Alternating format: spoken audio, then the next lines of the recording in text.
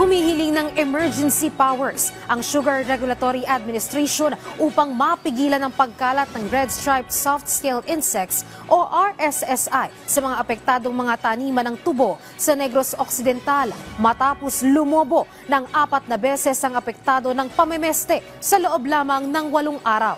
Sa pinakahuling tala ng SRA noong May 30, umabot na sa mahigit 400 hectares at mahigit 200 magsasaka ang apektado ng RSSI.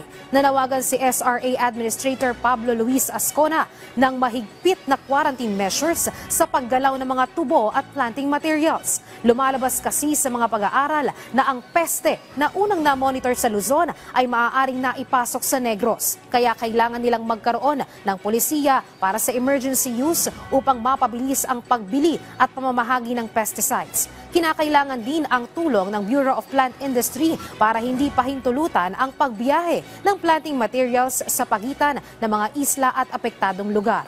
Bilang aksyon, pinasimulan na ng DA ang pag-spray sa mga natukay na taniman ngayong linggo. Samantala, nakapagpadala na ang SRA ng liham na humihiling ng 10 milyong pisong tulong mula sa DA at positibo itong tinanggap ni Agriculture Secretary Francisco Chu Laurel.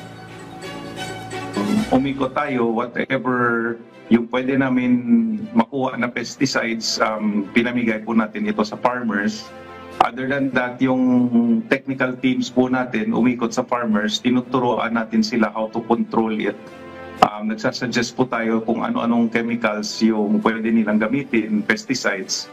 Meron naman po tayong approved pesticides, gumawa tayo ng task force, and naghingi po tayo ng emergency powers on the use of certain pesticides